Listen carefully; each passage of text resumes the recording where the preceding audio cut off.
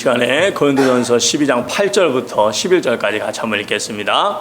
어떤 사람에게는 성령으로 말미암아 지혜의 말씀을, 어떤 사람에게는 같은 성령을 따라 지식의 말씀을, 다른 사람에게는 같은 성령으로 믿음을, 어떤 사람에게는 한 성령으로 병 고치는 은사를, 어떤 사람에게는 능력 행함을, 어떤 사람에게는 예언함을, 어떤 사람에게는 영들 분별함을, 다른 사람에게는 각종 방언 말함을, 어떤 사람에게는 방언들 통역함을 주시나니 이 모든 일은 같은 한 성령이 행하사 그의 뜻대로 각 사람에게 나누어 주시는 것이니라. 아멘. 이 시간에 함께 같이 기도하겠습니다. 아버지 하나님, 오늘 지난주에 이어서 은사라는 제목으로 두 번째 시간 말씀을 나누고자 합니다. 주님, 이 시간에 주여 부족한 종이 섰지만 말씀하시는 이는 아버지 하나님, 귀한 그 말씀의 주인공은 우리 성령님이신 줄 믿습니다. 사람이 아무리 청산유주와 같이 말을 한다 할지라도 그 심령을 아버지 변화시켜 주시고 말씀을 붙잡게 하시는 이는 오직 성령님이신 줄 믿습니다. 이는 내 힘으로 되지 아니하고 능으로 되지 아니하고 오직 나의 영으로 된다고 말씀하셨사오니 성령님 역사하여 주시옵소서. 만져 주시옵소서. 말씀을 통해 새 힘을 얻게 하여 주시옵소서. 모든 영광 주님께 올려드리오며 예수님의 이름으로 간절히 기도드렸사옵나이다. 아멘. 고린도후서 1장 22절에 그가 또한 우리에게 인치시고 보증으로 우리 마음에 성령을 주셨다고 말씀하셨습니다. 그렇습니다. 믿는 자에게는 성령님이 함께 하십니다. 그 성령님께서 또 우리 성도 한 분 한 분이 온전한 신앙생활을 하면서 무엇보다 주의 몸된 교회를 든든히 세워나갈 수 있도록 주님이 주신 그 사명을 잘 감당할 수 있도록, 주님이 주신 그 사명을 이 땅에서 우리 사람의 지혜와 능력으로 할 수 없기 때문에 우리 주님께서 그 사명을 잘 감당할 수 있도록 귀한 것을 주십니다.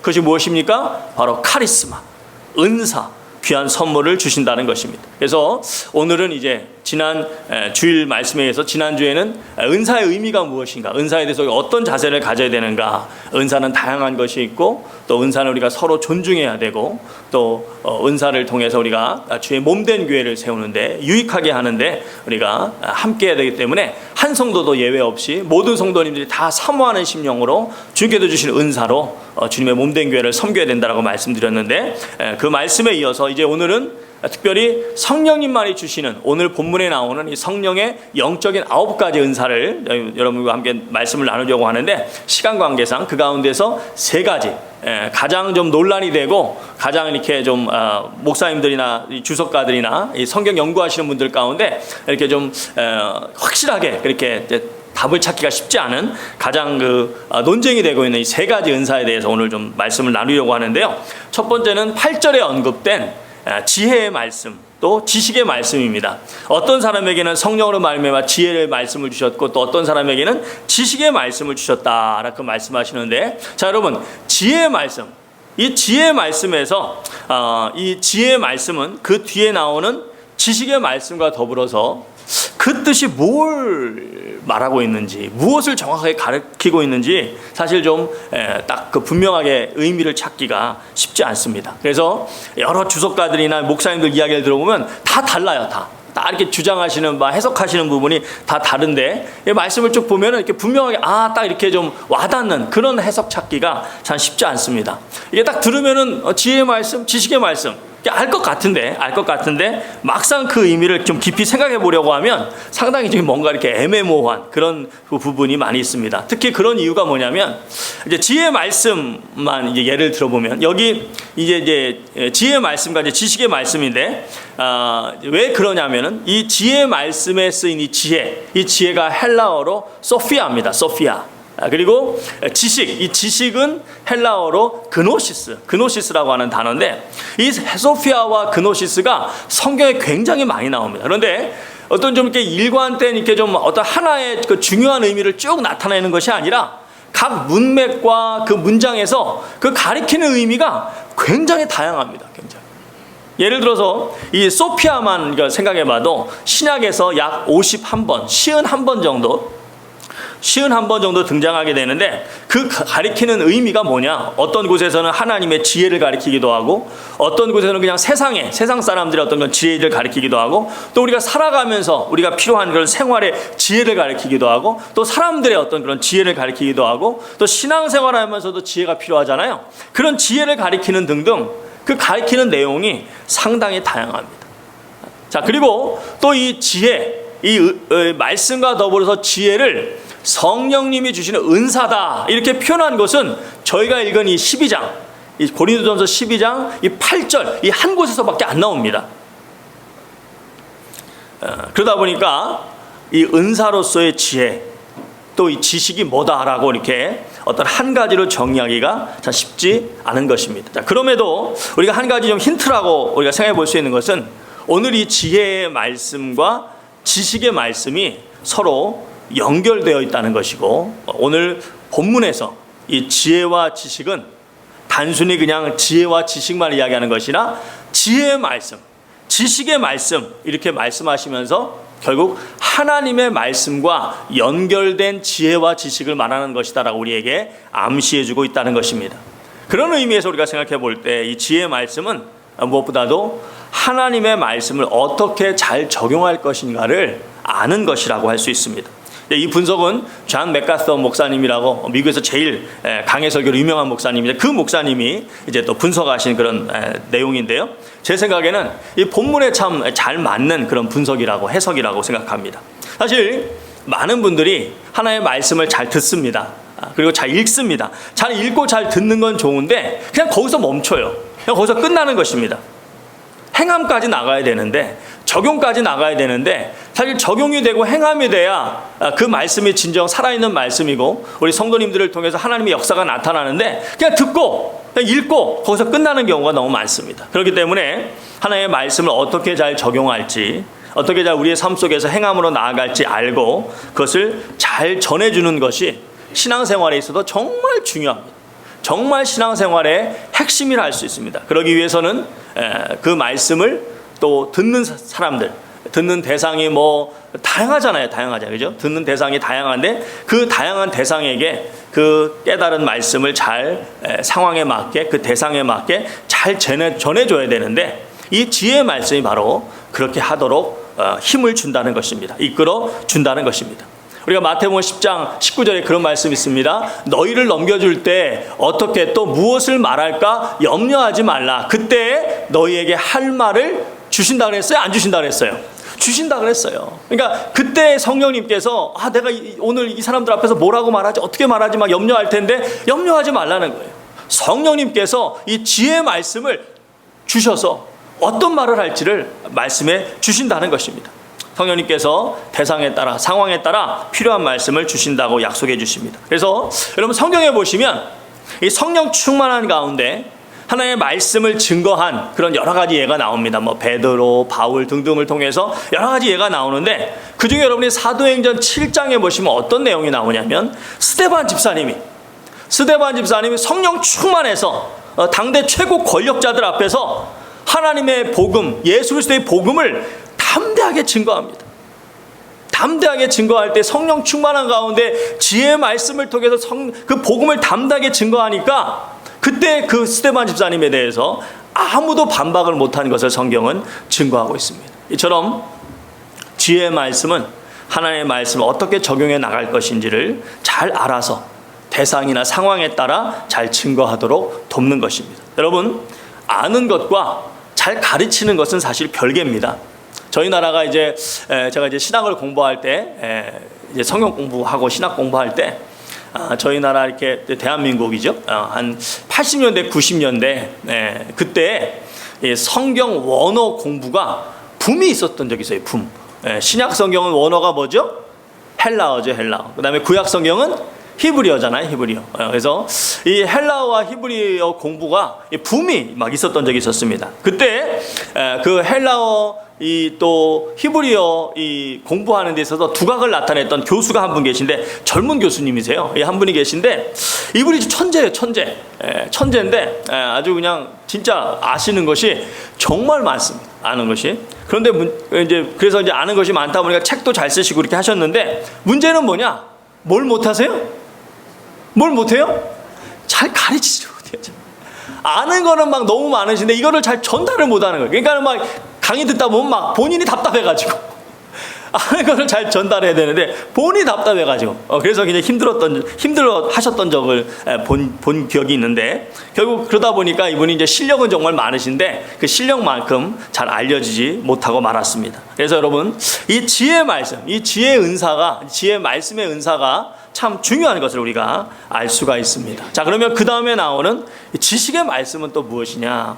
사실 이 지혜의 말씀과 지식의 말씀이 둘을 구분하기가 참 쉽지 않은데요, 이 지식의 말씀은 말씀을 통해 주시는 하나님의 뜻을 아는 것입니다. 무슨 말이냐? 자, 예를 들어서 성경을 여러분 보게 되면 성경의 내용들이 쫙 이렇게 나오는데, 어떤 것은 역사를 기술한 내용이 있고, 또 어떤 것은 시가 있고, 또 어떤 것은 예언이 있고, 또 어떤 것은 설교가 있고, 선포가 있고, 또 비유가 있고, 뭐 어떤 것은 하나님의 법이 있고, 이런 내용들이 쭉 있습니다. 그런데 우리가 성경을 읽으면서 아, 이건 시구나, 아, 이건 예언이구나, 아, 이건 법이구나, 아, 이거는 역사구나, 그렇게 그냥 그 사실만 알고 지나가는 것이 아니라 그 말씀들 속에서 주시고자 하는 하나님의 뜻, 다시 말해서 하나님의 나라에 대해서, 예수 그리스도에 대해서, 하나님께서 펼쳐가시는 구속의 역사에 대해서, 하나님이 이루어 가시는 그렇게 하나님의 역사와 하나님의 뜻을 그 말씀을 통해 깨닫고 알아서 잘 전달해 주는 것입니다. 왜 하나님이 창세기 11장까지는 일반 역사의 그 내용을 보여주시다가 갑자기 12장부터는 아브라함을 부르시고, 그래서 이스라엘 민족을 이루게 하시고, 또 이스라엘 민족이 노예로 살다가 가나안 땅을 정복하고, 그러다가 또 나라가 망하고 다시 나라를 세우고, 그런 모든 과정이 그냥 단순히 있었던 사실, 역사를 기록한 것이 아니라 바로 그런 모든 말씀을 통해서 누구를 증거하시는 거예요? 하나님, 바로 예수 그리스도, 예수 그리스도를 통해서 이루시고자 하는 하나님의 나라와 구원의 역사를 보여주고 계시는구나, 이것을 아는 거예요. 이것을 아는 거예요. 이게 여러분 얼마나 중요한지 몰라요. 이것을 못 보니까, 이것을 알지 못하니까 아직도 유대인들이 지금까지도 예수님을 믿고 있어요? 아니면 많은 유대인들이 안 믿고 있습니까? 아직도 예수님을 부인하고 있는 것입니다.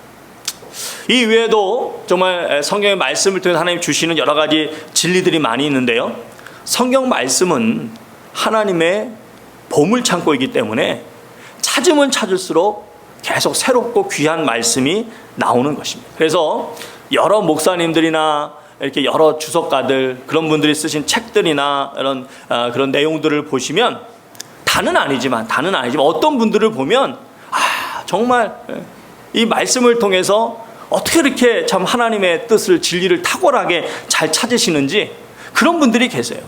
바로 이 지식의 말씀의 은사가 풍성한 그런 분들이 계십니다. 저는 여기에 더해서 또 한 가지 지식의 말씀은 바로 그 성경 자체를 잘 아는 것과도 관련이 있다고 생각합니다. 어떤 분은 성경을 많이 읽었어요. 많이 읽었는데도 불구하고 말씀이 뭐가 어디에 있는지 잘 몰라요. 잘 모르는데, 어떤 분들은 이 성경 말씀, 성경 자체에 대해서 너무나 잘 아세요. 너무나 잘 아세요. 말씀 자체에 대해서 좀 특별한 그런 성령의 은사가 있는 분들이 있는 것입니다. 이처럼 지혜의 말씀과 지식의 말씀은 결국은 여러분 이 성경 말씀과 관계된 것인데, 그런 면에서 생각해 볼 때 이 은사는 특별히 가르치거나 하나님의 말씀을 선포하시는 그런 교사나 목사에게 특별히 요구되는 그런 필요한 은사라고 할 수 있습니다. 그렇기 때문에 우리 성도님들은 이 은사가 여러분의 교회에서 가르치는 그런 목자님들도 되시고 이렇게 있으신데, 그분들을 위해서 특별히 여러분에게 말씀을 이렇게 전해주는 목사에게 이 지혜의 말씀, 지식의 말씀의 은사가 풍성하도록 기도를 해야겠습니까? 아니면 대충 넘어가도 되겠습니까? 기도해야죠. 기도해야죠. 그래서 한 목사님은 뭐라고 말씀하시냐면 이렇게 말씀하십니다. 목사의 설교는 온 성도의 합작품이다. 목사의 설교는 온 성도의 합작품이다. 참 멋있는 말 아닙니까? 멋있는 말이고 맞는 말입니다. 설교는 이 목사만 혼자 고민하고 준비하는 것이 아니라, 그리고 성도는 그저 그냥 구경주처럼 듣고 그리고 그냥 그걸 끝나거나, 아니면 다 들은 다음에 아이고 말씀이 은혜가 됐네 안 됐네 그렇게 비판하는 비평가가 아니라, 성도라면 적어도 그 말씀을 준비하는 과정 속에 함께 동참해서 그 설교를 만들어가는 동역자라는 거예요. 동역자. 구경꾼이 아니고 동역자라는 것입니다. 어떻게 해요? 바로 지혜의 말씀의 은혜, 이 지식의 말씀의 은사가 넘치도록 여러분이 기도해 주셔야 되는 것입니다. 그래서 바울 사도께서 에베소서에 보시면 에베소 교인들에게 6장 19절에 뭐라고 말씀하십니까? 또 나를 위해 구할 것은 내게 말씀을 주사 나로 하여금 입을 열어 복음의 비밀을 담대히 알리게 하옵소서 할 것이니라. 나를 위해 제발 좀 구해줘라. 간절히 기도해줘라. 나를 위해, 부족한 바울 나를 위해 에베소 교인들이여 간절히 기도 좀 해주십시오. 어떻게? 담대히 입을 열어 이 지식의 말씀과 지혜의 말씀으로 풍성한 가운데 복음의 비밀을 잘 알릴 수 있도록 좀 해달라고, 기도해달라고. 누가 부탁했다고요? 바울 사도가. 여러분 3,000층을 보신 바울 사도, 온갖 은사로 풍성하신 바울 사도께서 이렇게 부탁할 정도면 저는 어떻겠어요?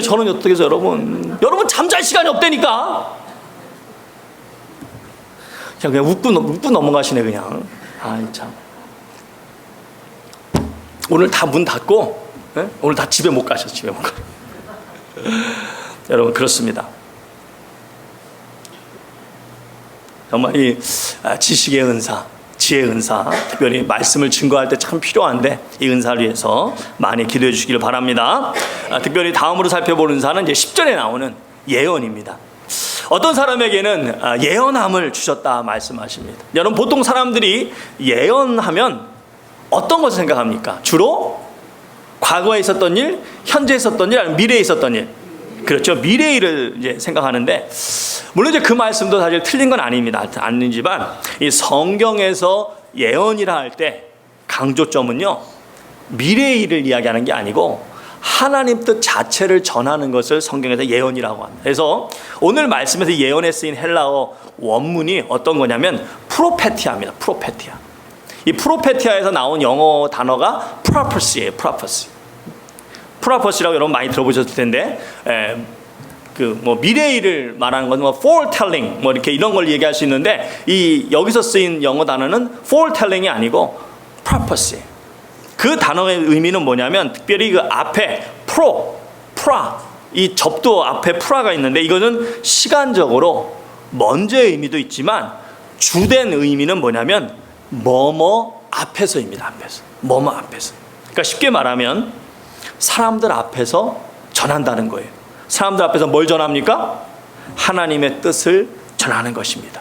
하나님의 뜻을 전하는데 그 내용이 미래의 그런 내용일 수도 있는데, 여러분 사실 성경에 보시면 다 예언이라고 하는데 그 예언이라고 하는 것 가운데 정말 미래의 일에 해당되는 것은 3분의 1밖에 안 돼요. 3분의 1밖에 안 되고 나머지는 전부 뭐냐? 하나님이 현재 하시는 일에 대해서 사람들에게 알려주시고 깨닫게 해주시고, 또 사람들이 알지 못하는 그들의 죄에 대해서 지적해 주시고, 또 이미 선포되어 있는 말씀의 의미를 다시 반복해서 전해주시고, 이미 계시된 말씀의 의미를 다시 강조하면서 전해주신 내용이 대부분이에요. 그래서 여러분 베드로후서 1장 21절에 예언은 언제든지 사람의 뜻으로 낸 것이 아니요 오직 성령의 감동을 받으신 사람들이 하나님께 받아 말한 것이니라.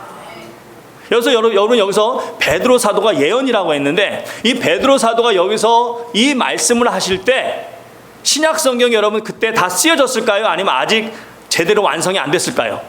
없었을 때입니다. 신약 성경이 그때는 없었을 때예요. 그렇기 때문에 베드로 사도가 여기서 예언은 할 때 예언은 바로 구약의 말씀을 가리키는 구약의 말씀. 그런데 말씀드린 것처럼 구약의 말씀을 보면 정말 미래에 대한, 앞으로에 있을 일에 대한 내용은 작은 일부분입니다. 그럼에도 베드로 사도는 그 구약의 전체 말씀을 뭐라고 말씀하셨다고요? 예언이라. 왜 예언이라고 말씀하셨냐면 하나님의 뜻을 선포하는 자체가 바로 예언이기 때문입니다. 특별히 성경에서는 예수님을 증언하는 것을 예언이라고 말씀하고 있습니다. 우리 요한계시록 19장 10절 한번 같이 보겠습니다. 같이 읽겠습니다. 시작. 내가 그 발 앞에 엎드려 경배하려 하니 그가 나에게 말하기를 나는 너와 및 예수의 증언을 받은 내 형제들과 같이 된 종이니 삼가 그리하지 말고 오직 하나님께 경배하라. 예수의 증언은 예언의 영이라 하더라. 그래서 우리가 예수님을 증언하는 그 자체가 예언임을 성경 우리에게 분명하게 말씀해 주고 있습니다. 여러분, 신앙생활에 있어서 하나님의 뜻을 아는 것만큼 중요한 것이 어디 있겠습니까? 그래서 바울 사도께서 여러분 고린도서 14장에 보시면 다시 한번 이 예언의 은사를 언급하시면 이 성령의 9가지 은사 가운데 다시 한번 14장에 보시면 이 예언을 강조합니다. 강조하시면서 예언의 그 은사를 사모하라 그렇게 말씀하십니다. 우리 14장 1절 말씀 같이 한번 읽겠습니다. 시작. 사랑을 추구하며 신령한 것들을 사모하되, 특별히 뭘 사모하라고요? 예언을 하려고 하라. 왜냐하면 예언의 은사는 특별히 교회를 세우는 은사이기 때문입니다. 여러분이 이제 14장 15장 쭉 읽어보시면 예언은 교회를 세우는 은사다, 서로에게 덕을 세우는 은사다, 그래서 사모해야 된다라고 말씀하고 있습니다. 그래서 한 번 더 말씀하시는데 고린도서 14장 39절 말씀 다시 읽겠습니다. 시작. 그런즉 내 형제들아 예언하기를 사모하며 방언 말하기를 금하지 말라. 자, 여기서 우리가 또 한 가지 중요한 사실은 이 예언에는 분명히 하나님의 뜻을 나타내는 계시적인 측면이 있다는 사실입니다. 계시가 무엇입니까? 성령님께서 감추어진 어떤 진리를 드러내는 것입니다. 그 계시가 이제 미래적인 것일 수도 있고 현재적인 것일 수도 있는데, 디모데전서 4장 14절 말씀 같이 한번 읽겠습니다. 시작. 내 속에 있는 은사 곧 장로의 회에서 안수 받을 때에 예언을 통하여 받은 것을 가볍게 여기지 말라. 바울의 제자 디모데가 목회자로 이제 세워지며 안수를 받았어요. 안수 받을 때 성령님께서 여러 장로님들을 통해서 디모데에게 주신 이 계시적인 측면에서의 예언의 말씀을 주셨다는 겁니다. 그게 무엇인가? 예를 들면 디모데는 자신은 잘 몰랐을지 모르지만 성령님의 감동을 통해서 이 디모데에게 잘 가르치는 은사가 있는 것입니다. 그럼 그 사실을 말씀해 주시는 거예요. 너에게는 잘 가르치는 은사가 있으니까 두려워하지 말고 열심으로 연구해서 가르치는데 부지런해라. 또 예를 들어서 어떤 분은 청소년에 대한 은사가 있을 수 있어요. 청소년에 대한. 그러니까 성령님을 통해서 감동을 주시는 거예요. 너는 참 청소년들을 잘 이해하는 그런 마음이 있다. 그러니까 그 부분을 잘 깨닫고 잘 준비해서 정말 청소년을 위해서 열심히 사역해라. 어떤 그런 말씀을 주시는 것입니다. 그래서 그것을 이렇게 알려주시는 그런 계시적인 측면이 있는 것을 또 우리가 알 수가 있습니다. 자, 그런데 우리가 예언을 말씀할 때 중요한 것이 있습니다. 그것은 뭐냐면 이렇게 주시는 말씀을 무조건 받아들여야 하느냐는 것입니다. 무조건 이거는 뭐 예언의 말씀이야 믿어야 돼, 무조건 그래야 되느냐는 것입니다. 그렇지 않다라는 것입니다. 거기에는 분명한 기준이 있어요. 기준이. 우리 로마서 12장 6절 말씀 같이 한번 보겠습니다. 같이 읽겠습니다. 시작. 우리에게 주신 은혜대로 받은 은사가 각각 다르니 혹 예언이면 믿음의 분수대로. 자, 여러분, 저희 성경에는 예언이면 믿음의 분수대로 해서 그냥 믿음이라고 나와 있는데 원문에는 패스라고 하는 정관사가 붙어 있어요. 정관사가. 영어로는 the죠, the. 자, 이렇게 정관사 the가 단어 앞에 붙어 있으면 그 믿음은 그냥 뭐 이런저런 그냥 뭐 어떤 특별하지 않은 어떤 특정한 그런 게 아니라 그냥 누구나 그냥 뭐 두리뭉실 대충 아는 그런 추상적인 그런 믿음을 이야기합니까? 아니면 더 정관사가 붙어 있으면 어떤 정해진 아주 구체적이고 모두가 다 아는 그런 확실한 어떤 한 믿음을 이야기하는 것입니까? 그렇죠. 그래서 고린도후서 13장 5절에 보시면 한번 같이 읽겠습니다. 고린도후서 13장 5절 같이 읽겠습니다. 시작. 너희는 믿음 안에 있는가? 너희 자신을 시험하고 너희 자신을 확증하라. 예수 그리스도께서 너희 안에 계신 줄을 너희가 스스로 알지 못하느냐? 그렇지 않으면 너희는 버리운 자니라. 자, 여기도 이제 너희는 믿음 안에 있는가? 너희 자신을 시험하라 말씀하셨는데, 여기서도 이 믿음이 그냥 막연한 그냥 추상적인 그런 믿음을 이야기하는 것이 아니고, 그런 주관적인 믿음을 이야기하는 것이 아니고, 여기도 원문에 보시면 믿음 앞에 the 정관사가 붙어 있습니다. 그 믿음이에요. 그 믿음. 그 믿음 안에 있는가? 너희 자신을 시험하라. 그러니까 이 믿음은 객관적인, 이미 계시된, 이미 알려지고 전해진 그런 어떤 분명한 한 믿음, 그 믿음을 이야기하는데 바로 그것은 바로 주 예수 그리스도에 대한 믿음, 다시 말해서 우리에게 계시된 이 성경 말씀, 이 성경 말씀을 통해 전해진 복음을 말씀하고 있는 것입니다. 그러니까 예언의 말씀이 전해질 때 그 예언의 말씀이 바로 이 복음, 이 말씀에 부합하는지, 이 성경 말씀에 맞는지 우리가 확인을 해 보면 된다는 것입니다. 제가 이제 처음에 이제 2013년이죠. 벌써 한 10년이 넘었는데, 2013년에 이제 처음에 하와이에 왔을 때, 이때 하와이 와서 보니까 한국에서도 좀 얘기가 있었는데 하와이는 난리더라고요, 난리. 오바마가 베리칩, 베리칩 한다고, 그게 이제 오바마가 이제 베리칩을 앞으로 하는데 뭐 손이나 뭐 이마에 그거를 뭐 심을 건데, 그게 바로 요한계시록 13장에 나오는 뭐다? 666이다, 666이다. 난리가 나서 난리라. 근데 그거 이야기하면 또 긴데, 이제 제가 간단히 말씀드리면, 그것 때문에 난리가 난 거는 그 짐승의 숫자, 그거를 뭐 손목이나 뭐 이마에 반다는 그 말씀 문자적으로 해석한 거잖아요. 그죠? 실제로 그렇게 된다고 문자로 해석을 해서 그 베리칩을 여기다 이렇게 심는다니까, 그게 666이다, 난리가 난 거잖아요. 그 말씀을 그렇게 666을 그 모든 것을 문자적으로 해석했다면 그 부분만 문자적으로 해석하는 게 아니라 이 요한계시록 전체를 다 뭐로 해석해야 돼요? 문자적으로 해석을 해야 되는 것입니다. 만약에 그것을 문자로 해석해서 여러분이 그 666을 짐승의 숫자다 그렇게 말씀하시려면 여러분이 그 말씀 전체를 문자적으로 다 해석해야 되는데, 여러분이 12장 13장을 전체 다 읽어보시면 그 베리칩이 뭐 어떻게 됐는지 몰라도 결코 666이 될 수가 없어요. 만약에 여러분이 그 전체를 그 부분만 문자로 해석하는 게 아니라 그 전체를 다 문자적으로 해석해야 되는데, 여러분이 문자적으로 해석해서 12장 13장을 다 보시면 이제 그 666 그거는 이제 13장 끝에 나오는 거니까 12장 13장을 다 읽어보시면 결코 666이 문자적으로 될 수도 없고 시간적으로도 될 수가 없어요. 시간적으로도. 왜냐하면 여러분 12장 13장에 보시면 어떤 내용이 나옵니까? 사탄이라 하는 용이, 큰 용이 어떤 짐승의 능력을 주는데, 그 짐승이 머리가 여러 개 있어요. 그 머리가 여러 개 있는데 그 중에 하나가 죽어요. 죽었다 살아나네요. 살아나니까 사람들이 막 능력에 막 감탄해가지고 몰리니까 그 사람들 앞에서 막 온갖 능력과 기적을 행하니까 사람들이 다 그 짐승에 몰립니다. 그러니까 그 짐승이 전 세계를 다스리는 권세를 갖게 돼요. 권세를 갖게 돼요. 그리고 나서 그 짐승이 부여하는 숫자가 뭐다? 그렇죠. 그러면 오바마가 하는 그 베리칩이 666이 되려면 전 세계를 다스리는 누군가가 나타나야 되는데, 그런 일이 있었어요? 없었어요? 없었잖아요. 오바마 베리칩은 결코 666이 될 수가 없는 거예요. 자, 그렇게 말씀드리면 또 뭐라고 하냐면, 그 666 그거는 문자적이지만 나머지는 다 상징적이래요. 그 말이 됩니까? 아니, 나머지는 다 상징적이고 그것만 문자적으로 해석하는, 성경 해석의 기본도 안 되는 거예요. 기본도 안 되는 거예요. 결국 베리칩 그 난리를 치더니 베리칩 했어요, 안 했어요? 소리 소문 없이 사라졌잖아요. 여러분, 그게 다 뭐예요?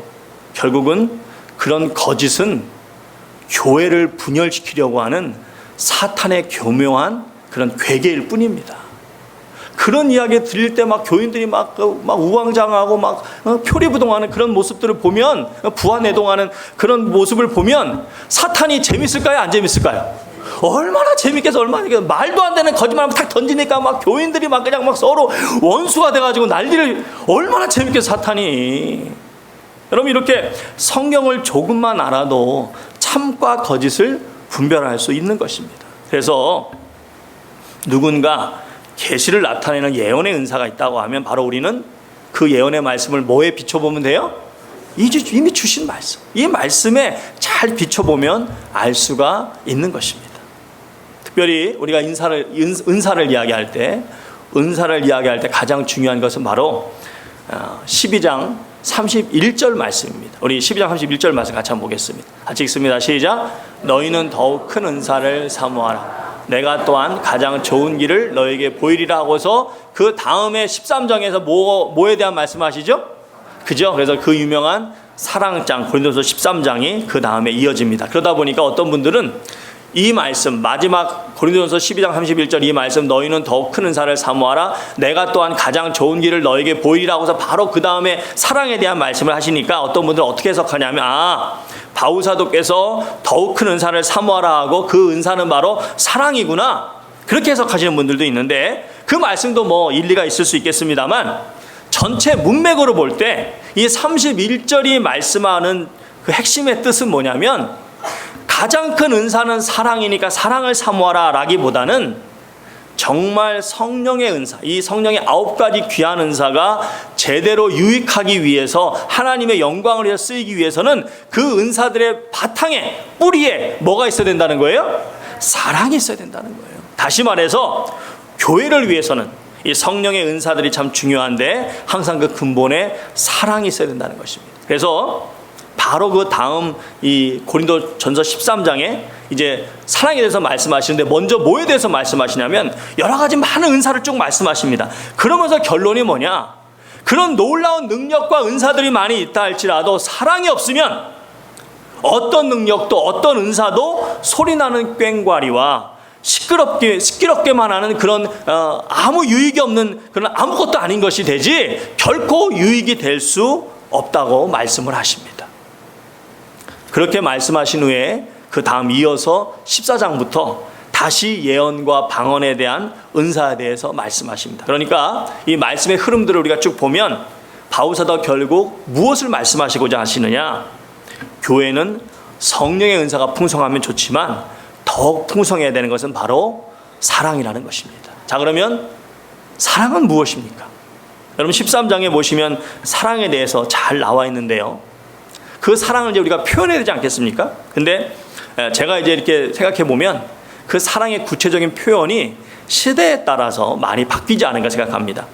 정말 어렵고 힘들 때는 많이 베풀고 나누어 주는 모습이 사랑이라고 할 수 있습니다. 그런데 사회가 이제 안정이 되고 사회복지가 잘 되고 이렇게 먹고 살만 할 때는 그냥 이렇게 막 나눠주는 것이 오히려 부정적인 모습을 낳을 때가 많이 있지 않은가 생각합니다. 왜냐하면 자칫 잘못하다가 그냥 놀고 먹으려고 하는 그런 무책임한 모습이 팽배해질 수 있기 때문입니다. 그래서 제가 생각할 때 우리 시대는 그래도 좀 기본적으로 먹고 살만은 하지 않습니까? 이 시대는 사랑이 물론 이제 베풀고 하는 것은 뭐 어느 시대나 어느 시대를 초월해서 다 좋은 사랑의 모습이지만 특별히 우리 시대는 무엇보다 이 사랑은 뭐냐? 성도가 하나님 사랑하는 거 당연한 거 아닙니까? 라고 할 수 있는데 그렇지 않습니다. 여러분, 교회에 대한 핍박이 정말 심했을 때는 정말 주님을 자신의 목숨보다 사랑하지 않고는 모일 수 없었고 신앙생활 할 수가 없었기 때문에 그때 성도들의 믿음은 의심하기가 어려웠습니다. 하지만 지금은 여러분 예수님 믿기가 너무 쉬워요.